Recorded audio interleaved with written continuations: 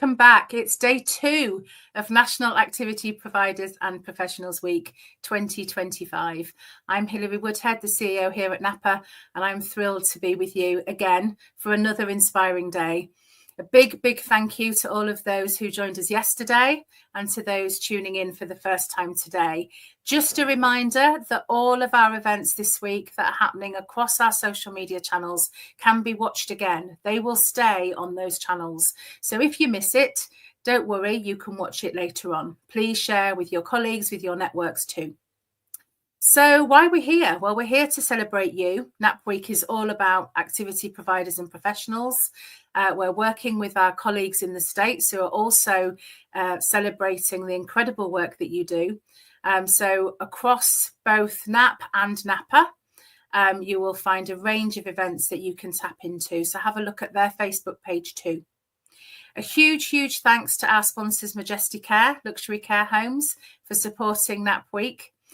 You'll see that yesterday we had a lovely launch event with Angela Boxall, CEO from Majestic Care, and with Nisha from Symphony Sound, who are our sponsor for the year of musical expression.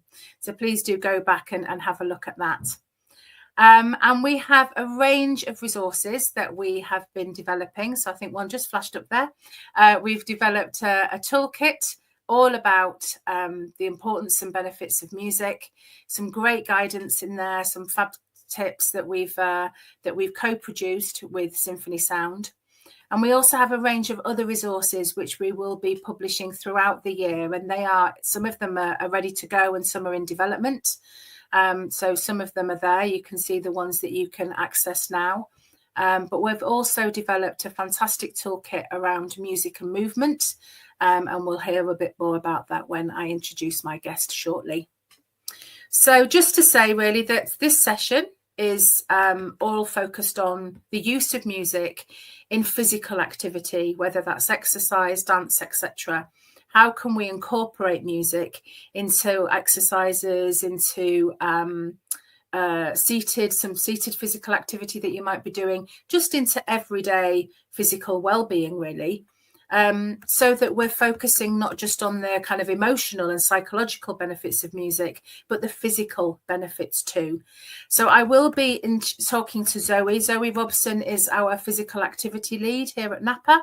She works with us part-time. She does lots of wonderful things elsewhere too, which she'll be telling us about. And Zoe's been working with us now for a couple of months to help us develop our physical activity resources, but also to give us that expert advice and support. So Zoe, are you there? Would you like to come and join me? Hi, Hilary. There she is. Hello, Zoe. Will you just tell everybody a little bit about yourself, please? Of course. So I'm Zoe Robson, and I am lucky enough to be the physical activity lead at NAPA. I'm a British military veteran with a passion for physical activity and rehabilitation. I served 12 years in the army, and after leaving the military, I dedicated myself to helping individuals improve their health, particularly focused on neurological conditions, older adults, and those at risk of falls. My interest in physical activity stems from my time in the military, where maintaining fitness was essential. But my subsequent work in clinical rehabilitation has showed me how movement can transform lives. So I'm very passionate about what I do. You fit right in here at NAPA. We're so pleased you've joined us. It's lovely to have you with us. Tell us a little bit about the role music plays in your work, because I think sometimes we think about physical rehabilitation as being something that is quite clinically focused. How do you use music to sort of, I suppose, enhance what you do? So music is such a powerful motivator and a therapeutic tool in physical activity. It engages the brain, stimulates memory, and creates an emotional connection that encourages movement. I often use movement to create positive and rhythmic environment, especially in group sessions. Whether it's a familiar tune that sparks joy or a steady beat to guide exercise, music helps participants move with confidence and improves their overall experience. It's a really important element within physical activity. Yeah, I love the fact that about it improves confidence as well. Somehow, the things that seem a bit too difficult or unachievable, if you put your favourite song on or your favourite piece of music, it's amazing the difference it will make, isn't it? Absolutely. And I think that's a really important message, actually, that music can lift the mood, and especially if somebody's a little bit resistant to for whatever reason, maybe because they've fallen. Falls is there's a lot of fear around falling, isn't there? That maybe actually finding that right tune could really make all the difference in terms of confidence. I really like that point that you made. So do you have any examples then from your practice about how music in physical activity has made that difference? With any individuals you've worked with or any groups? Yeah, so in one care setting, I introduced music-based chair exercises for individuals living with dementia.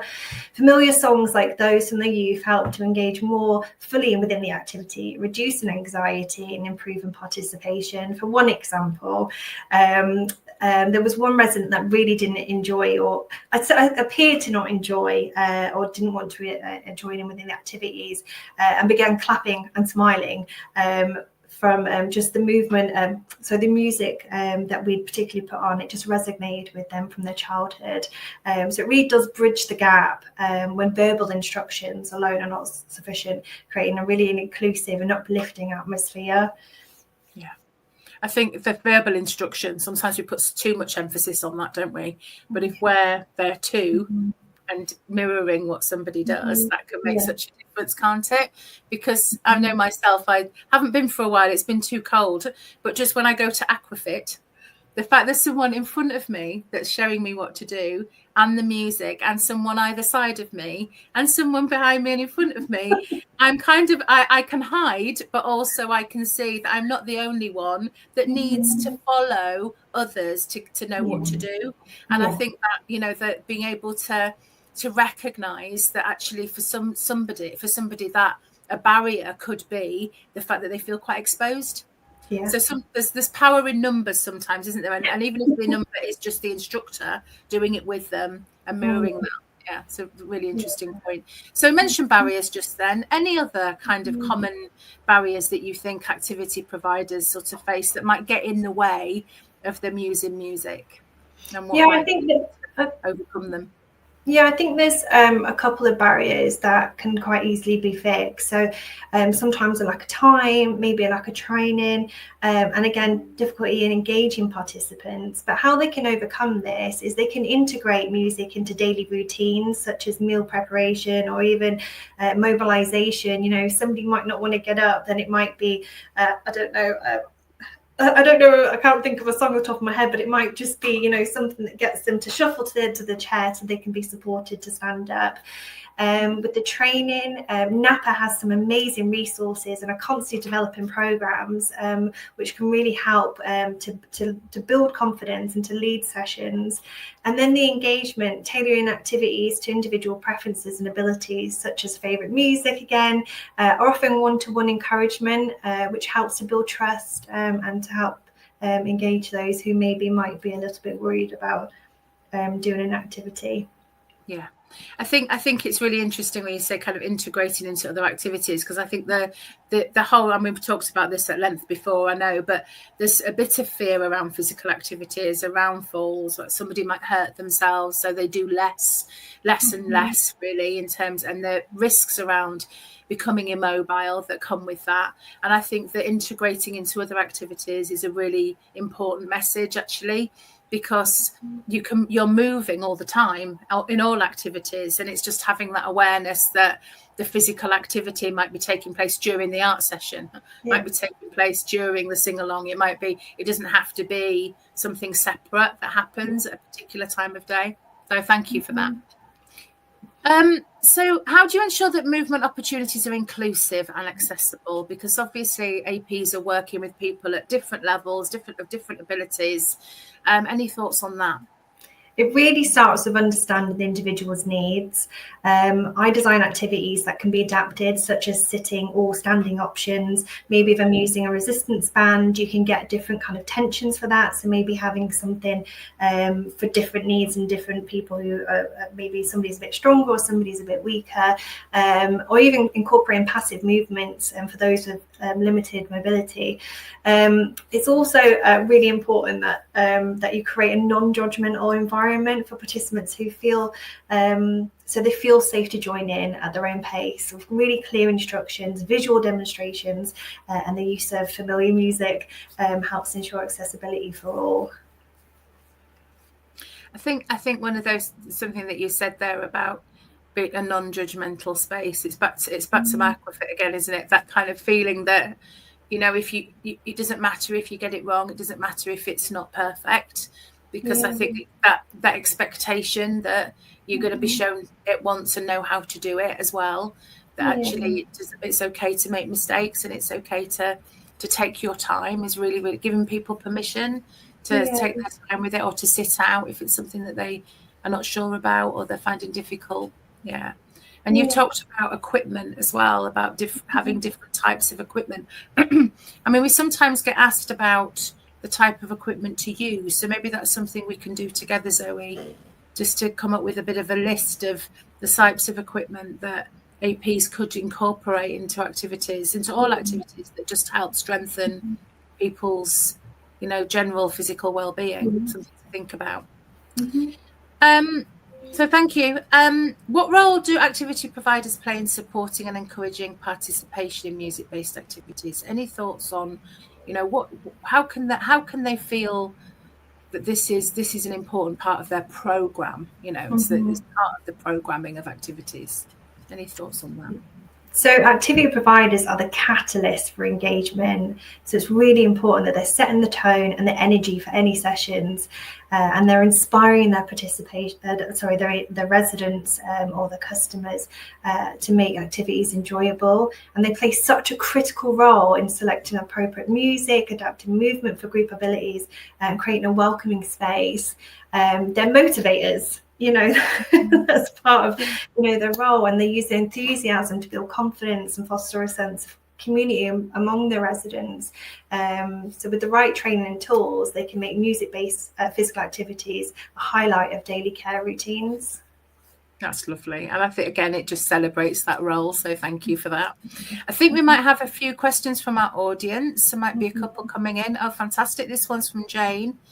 How do you measure the impact of physical activity on the well-being of participants? It's a good question, because sometimes it's not obvious, is it? Any thoughts on that? Yeah, so there's lots of different ways, and I think probably the easiest way that I've found is, especially when people might not be able to explain their feelings or might be a bit more kind of reserved, is using a smiley face chart and making that a really fun thing to do. So, hey, here's your stickers. Where do you want to place it on today? You've got a smiley and maybe a not so smiley face at one end, and maybe just keep capturing that and just recording it. And then you've got some data then to kind of say, actually, this is where we started. They weren't quite confident or quite sure. Now look, we're like 6 weeks in of doing these chair-based activities or other type of activities. Look how happy they are and engaged. Yeah. So something as simple as that, I would kind of say. Yeah, start with the simple things, build your own confidence, I suppose. That's really important. Thank you for that question, Jane. And then I think there might be another one. Yeah, this one's from Paula. What advice would you give to activity providers who may feel unsure about their ability to lead music-based physical activities? Choose simple, familiar songs and basic movements that you're comfortable in leading. There's no point watching something and then really kind of going off where you feel so uncomfortable that you just end up in a bit of a fluster and not sure where to go with it. The goal isn't perfection. It's about creating joy and an engaging experience for your residents. So let the music guide the energy. You know what it's like when you get a really good tune on and then everybody else starts moving. So and I guess the more that you do it, the more you'll be able to tinker with that worked really well or that didn't, or actually for that resident to be involved in this situation, we need to just change the music slightly. So just being kind to yourself and just go for it. Yeah, I agree. I think sometimes we overthink it. We're so worried about the potential risks, and risk assessment is vital. It's really, really important. Of course it is, but it shouldn't stop us. It should be there to support us to do things safely. Have we got one more question?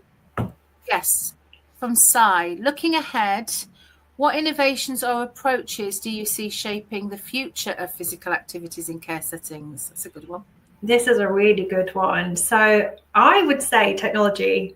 So virtual reality, interactive screens, they create an immersive environment for movement, enhanced engagement, accessibility. There's so many different apps out there for even just the VR headsets, so just taking you out, maybe visiting somewhere that you would have been 20, 30 years ago.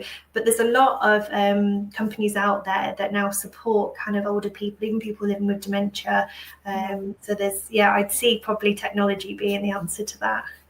I agree with you. And I think, again, the more comfortable we become ourselves with using technology for our own health and well-being, the more comfortable activity providers will be in using that technology too. If you have any examples, and anybody out there, activity providers, of tech that you are using, particularly around physical activity, we'd really like to know about it. You know, if you've used a particular app or you've used a particular VR set and it's really, really helped someone, even if it's helped one person, and you've learned to use it, or you've found some challenges that you've overcome, please share it with us. You do know that our blogs, guest blogs, we're very, very happy to edit. Please don't feel that they have to be perfectly written. We just want your ideas and your experience. So please share what you're using with us, and then we can share it more widely. I think this is it's not, tech isn't new, but it still feels quite new sometimes, I think, for some of us who are more or less tech savvy than others. So, don't hide your light. Let us know if you're using tech and it's working well. Please share it with us. Well, I think that's it for questions. So thank you very much, Zoe. Was there anything else you wanted to add? I'd probably just say, if somebody can do it during the day-to-day, then just add the music to it and let's just see where you go. Don't be so scared about the health or something bad happening. Like you just said, Hilary, about risk assessments, let's positively risk assess. And actually, it could have such a positive impact on somebody's life. So go for it. I couldn't agree with you more. Absolutely. It's a fantastic tool, isn't it, to support physical activity. I think that's the message from this particular live. Thank you. So in terms of what's coming up the rest of the week, we've still got a lot to happen. Tomorrow, I'll be chatting with Liv McClelland. We'll be talking about singing, the power of singing and the role it plays in enabling connection and well-being. On Thursday, we'll be connecting with our international friends over in the US, looking at the role of music in activity provision globally. And then on Friday, we are in person. We're in Liverpool at the NAPA conference all day. And then in the evening, we have the National Activity Awards. So if you're coming to both, don't forget that you might need a change of clothes because we want glitz and glamour in the evening. Really, really looking forward to seeing as many of you as possible then. We might have 1 or 2 tickets left.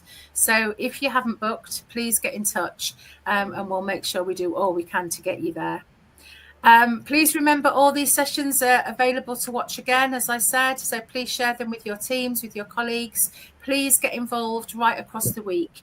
Celebrate and share what you're up to. We have a dedicated webpage. On that webpage, there's everything you need to celebrate NAP Week. So we've got signs for you to print and for you to take photos, put on social media. There's information out to do that. We've got resources. We've even got T-shirts. Of course, we've got T-shirts in celebration of NAP Week. So please go over and have a look at that and just enjoy the week. Enjoy celebrating everything that you do. Thank you, Zoe. It's been a pleasure as always talking to you. Thank you. Thank you, Hilary. Thank you. Thank you. Thank you to everyone who joined us, and we'll see you again tomorrow. Bye for now.